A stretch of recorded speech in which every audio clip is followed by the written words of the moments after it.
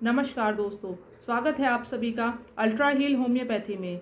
दोस्तों, season change होते ही respiratory problems बहुत ज़्यादा आनी शुरू हो जाती हैं। इसमें खांसी, जुकाम, एलर्जिक राइनाइटिस, साइनोसाइटिस और कफ जैसी शिकायत मरीजों को होती है। अब ये प्रॉब्लम से बचने के लिए हम कौन सी होम्योपैथिक मेडिसिन ले सकते हैं, इसके बारे में आज हम इस वीडियो में बात करेंगे। दोस्तों, वीडियो को स्टार्ट करते हैं।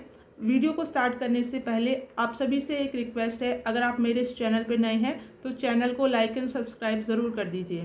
दोस्तों, अब हम वीडियो को स्टार्ट करते हैं और हम बात करते हैं ऐसी होम्योपैथिक मेडिसिन के बारे में जो कि सीज़न चेंज होने पे, रेस्पिरेटरी कंप्लेंट्स होने पर हम ले सकते हैं। दोस्तों, वो मेडिसिन है मर्कसोल। दोस्तों, मर्कसोल एक होम्योपैथी की बहुत ही यूज़फुल मेडिसिन है रेस्पिरेटरी प्रॉब्लम्स के लिए। अब जो रेस्पिरेटरी सिम्टम्स होते हैं मर्कसोल के, उनको हम डिवाइड करते हैं अपर रेस्पिरेटरी ट्रैक्ट सिम्टम्स और लोअर रेस्पिरेटरी ट्रैक्ट सिम्टम्स के। अपर रेस्पिरेटरी ट्रैक्ट सिम्टम्स में आ जाते हैं नोज, साइनसिस, टॉन्सिल्स और थ्रोट। ये generally upper respiratory tract symptoms में आते हैं। और लोअर रेस्पिरेटरी ट्रैक्ट सिम्टम्स आ जाते हैं ट्रैकिया एंड ब्रोंकाई। अब अपर रेस्पिरेटरी ट्रैक्ट सिम्टम्स जो होते हैं मर्कसोल के, वो स्टार्ट होते हैं सोर थ्रोट से। पेशेंट को गले में दर्द होता है, खराश होती है, उसके साथ बलगम आना शुरू हो जाता है। अब जो ये बलगम आता है, उसका जो कैरेक्टर होता है वो है थिक येलोइश ग्रीनिश डिस्चार्ज। तो हल्का हरा और पीला गाढ़ा डिस्चार्ज होता है मरीज को मर्कसोल में। अब ये टेम्परेचर जैसे ही चेंज होता है वैसे ही बलगम आना और जुकाम होना शुरू हो जाता है। जुकाम के साथ मरीज को बहुत ज़्यादा छींकें भी आ सकती हैं और उसके सर में दर्द हो जाता है। अगर आपको हल्का हरा और गाढ़ा डिस्चार्ज रहता है तो फिर ये मर्कसोल आप यूज़ कर सकते हैं। उसके साथ पेशेंट को बहुत ज़्यादा जुकाम रहता है। जुकाम भी जो होता है उसका जो डिस्चार्ज होता है वो गाढ़ा होता है and thick greenish yellow discharge रहता है। तो जुकाम का और बलगम का जो कैरेक्टर होता है वो generally thick greenish yellow discharge होता है। ज़्यादा जो पेशेंट को परेशानी होती है वो शाम के वक्त में होती है या फिर रात के वक्त पेशेंट को परेशानी ज़्यादा रहती है। अब ये जो परेशानी होती है वो सीज़न चेंज होने पे होती है। जैसे ही टेम्परेचर चेंज होता है तो मरीज़ को रेस्पिरेटरी प्रॉब्लम शुरू हो जाती हैं। जो ज़ुकाम होता है वो जब साइनसेस में असेंड करता है तो साइनसाइटिस हो जाती है मरीज़ को। उसके साथ बहुत ज़्यादा सर में दर्द रहता है और डिस्चार्ज बहुत ज़्यादा निकलता है। पेशेंट को जब एलर्जिक राइनाइटिस होती है तो फिर बहुत ज़्यादा उसको छींकें आती हैं। छींकों के साथ मरीज़ को थ्रोट पेन रहता है और कफ होता है। पोस्ट नेज़ल डिस्चार्ज होता है। बलगम जो होता है वो गले के पीछे से गिरता है और उसके साथ बहुत ज़्यादा उसको खांसी रहती है।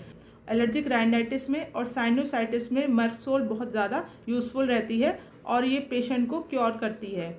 अब हम बात करते हैं लोअर रेस्पिरेटरी ट्रैक्ट सिम्टम्स के बारे में।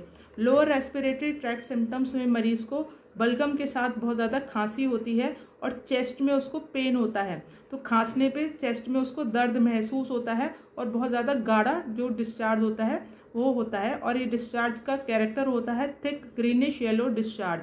अब जो खांसी होती है वो रात के समय में या शाम के टाइम में पेशेंट को बहुत ज़्यादा रहती है। जब मरीज़ रात को लेटता है तो उसको खांसी बहुत ज़्यादा होती है और सीधा लेटने पे और सीधी करवट लेटने में मरीज़ की खांसी बहुत ज़्यादा बढ़ जाती है और रात के समय में खांसी बहुत ज़्यादा रहती है और थिक ग्रीनिश येलो डिस्चार्ज होता है। उसके साथ मरीज़ को चेस्ट में पेन रहता है। तो जनरली मर्कसोल हम उन केसेस में दे सकते हैं जो कि क्रॉनिक ब्रोंकाइटिस के केसेस हैं और थिक ग्रीनिश येलो डिस्चार्ज रहता है। अब ये जो खांसी होती है ये उन लोगों में होती है जो कि बहुत ज़्यादा स्मोकिंग करते हैं। तो स्मोकिंग करने वाले लोगों के अंदर चेस्ट में बहुत ज़्यादा सूजन हो जाती है जिसके कारण बहुत ज़्यादा बलगम रहता है। तो बलगम बहुत ज़्यादा निकलता है।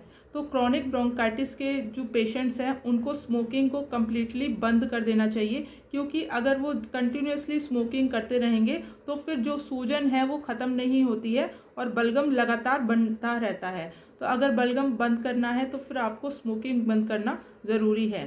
स्मोकिंग को आपको अवॉइड करना है और खांसी और जुकाम की शिकायत होने पर अपने तुरंत डॉक्टर से संपर्क करिए ताकि आप समय रहते ही अपनी बीमारी का इलाज कर सकें।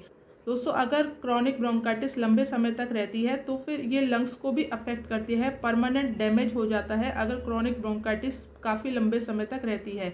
तो आप अपनी रेस्पिरेटरी प्रॉब्लम्स को समय रहते ही अपने डॉक्टर को दिखाइए और अपना इलाज करवाइए। कोई भी दवा बिना डॉक्टर की सलाह के मत लीजिए, क्योंकि डॉक्टर आपकी कंप्लेंट्स को पूरी तरह से लेने के बाद ही आपको मेडिसिन प्रिस्क्राइब करते हैं। तो दोस्तों मर्कसोल एक बहुत ही यूज़फुल मेडिसिन है जो कि रेस्पिरेटरी कंप्लेंट्स में हम बहुत ज़्यादा यूज़ करते हैं जनरली अपनी प्रैक्टिस में। तो अगर आपको मर्कसोल के सिम्टम्स हैं तो फिर आप मर्कसोल को यूज़ कर सकते हैं। जनरली आप इसको 30 पोटेंसी में यूज़ कर सकते हैं और इसको आपको रेगुलरली लेना है जब तक कि आप ठीक नहीं हो जाते, आपके सिम्टम्स ठीक नहीं हो जाते। तो दोस्तों उम्मीद है आपको आज का ये मेरा वीडियो अच्छा लगा हो। अगर आपको आज की मेरी जानकारी अच्छी लगी हो तो चैनल को लाइक एंड सब्सक्राइब ज़रूर कर दीजिए। फिर मिलेंगे नेक्स्ट वीडियो में एक नई जानकारी के साथ। तब तक के लिए goodbye and take care.